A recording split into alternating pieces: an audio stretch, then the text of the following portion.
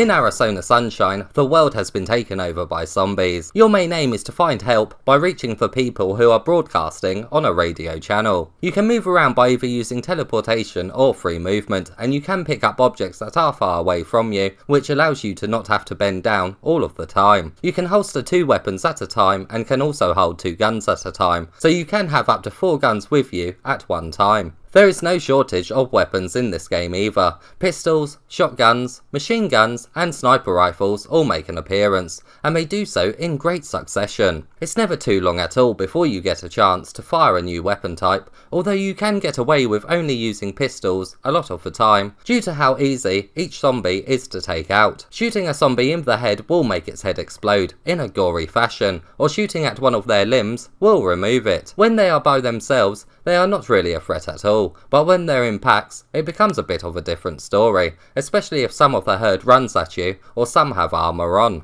A more rapid firing gun can lay waste to them pretty quickly, but the challenge comes more from when zombies come at you from different angles, which isn't the case most of the time, but when it is, it's very intense. It is an easy game, but it does give you the flexibility to set up some cool moments, such as shooting out the legs of many zombies and then taking them out with a shotgun. Exploding barrels also give the chance for some epic moments. The shooting does feel a bit arcade-like, rather than feeling like a deep strategic survival game, because of the difficulty and due to ammo being found in pretty large quantity around the world. Reloading also adds to the arcade-like nature, as it is done by simply swiping a gun over your ammo belt. It ensures that you're always in the action and ultimately makes you feel like a quick and powerful force. Oddly though, the grenades do not, as they don't throw very well at all, so you will likely resort to dropping them near you and then running away. Interaction for the most part is very well done. The only thing that is weak is how doors respond to your actions. Once opened even a little bit,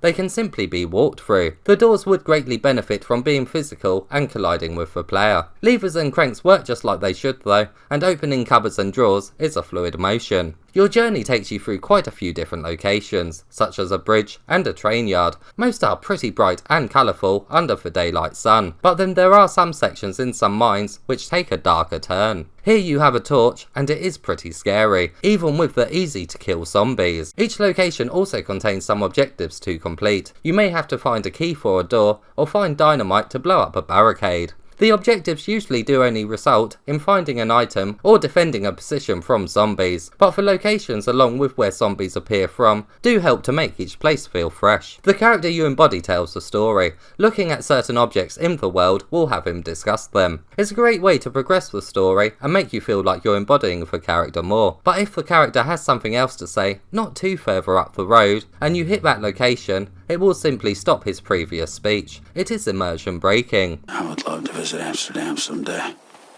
Just relax.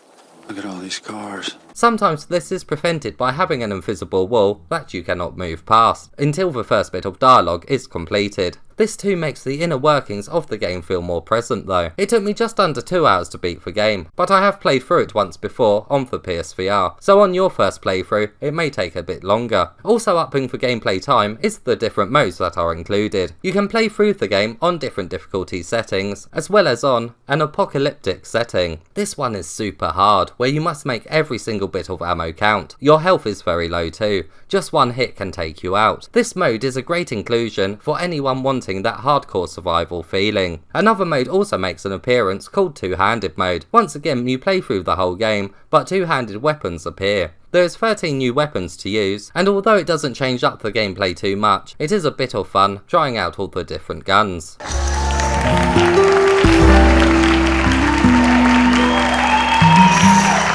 The whole main game can also be played with people online. It's a very fun addition, and masks which are present in the single player mode have a better reason to be here now, as you can actually see each other wearing them. A Horde Mode also makes an appearance. There's 3 maps to play on, and you can play them by yourself or with up to 4 people online. It's basically a wave shooter where ammo and new guns appear after each wave. The waves get increasingly difficult, and although you are working as a team, there is some competitive gameplay here too, as a scoreboard keeps track of each person's aiming, along with how many kills they get. The person with the most kills is ranked number 1. 3 maps for Horde Mode isn't many at all, but a classic and two-handed Horde Mode helps to boost content a bit. In classic mode, the original guns make an appearance in between waves, and in two-handed mode, the two-handed guns appear instead.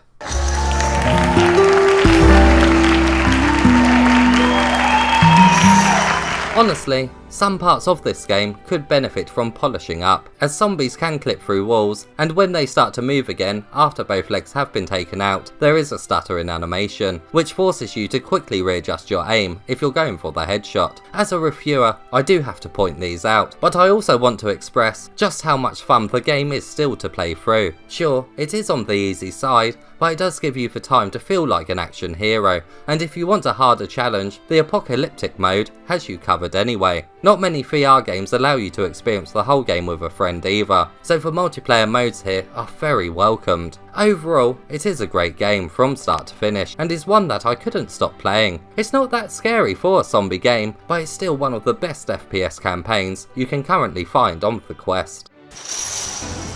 Mr Oculus. 2 DLCs are available for the game too. If you want to know what they are like, there is a review of them on screen right now. The DLC is very cheap too, so they may be worth checking out.